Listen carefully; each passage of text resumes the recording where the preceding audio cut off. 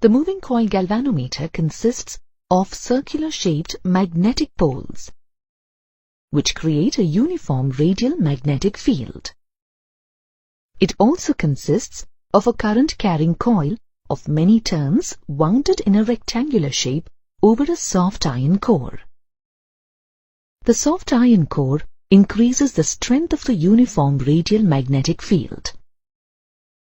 In the radial magnetic field, the plane of the coil is always parallel to the direction of the magnetic field for any orientation. Hence, the angle between the plane of the coil and the direction of the magnetic field is always 0. And the angle between the axis of the coil and the magnetic field, theta, is always 90 degrees. A spring, denoted as SP, is connected to the axis of the soft iron core. On close observation, we find that one end of the spring is connected to the axis of the soft iron core, and the other is connected to a rigid support. A pointer is connected to the axis of the soft iron core. This pointer moves over a circular scale. Now, let us discuss the working of the moving coil galvanometer.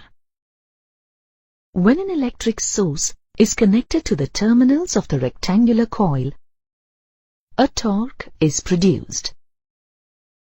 That is, when a current passes through the rectangular coil, two equal and opposite forces acting on either side of the coil produce a couple. In our present context, we refer to this couple as the torque.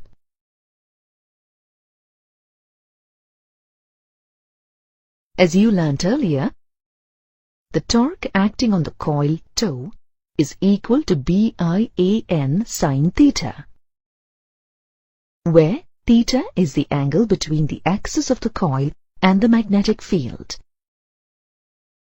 Here, theta is 90 degrees. Thus, sin 90 is 1, and we have the deflecting torque acting on the coil tau equal to BIAN, where B is the strength of the uniform magnetic field, A is the area of the current-carrying coil, N is the number of turns in the coil, and I is the current passing through the coil. Let this be equation 1.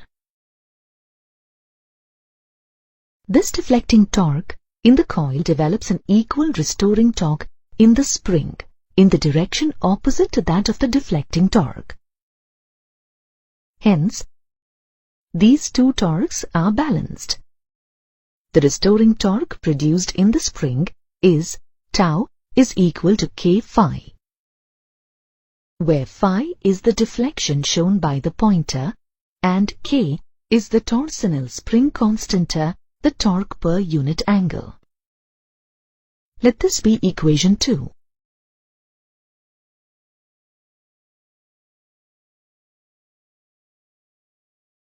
Equating the expressions 1 and 2, and on simplification, we get phi is equal to BAN by K into I. Let this be equation 3. The value of BAN by K is constant for any given galvanometer. Hence, phi is directly proportional to I. That is, if the current passing through the coil increases, the deflection of the pointer also increases. By passing a known value of current and measuring the corresponding deflection in the coil, phi is found. From this, the deflection per unit current is calculated, and then the circular scale above which the pointer moves is graduated. This is known as calibration of the galvanometer. The ratio phi to I gives the deflection per unit angle, which is defined to be the current sensitivity. From equation 3, phi is equal to BAN by K into I.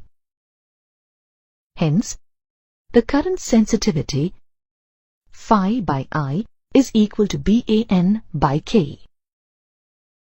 The current sensitivity of the galvanometer can be increased by increasing the number of turns in the coil. It can also be increased by increasing the area of the coil or by increasing the strength of the magnetic field.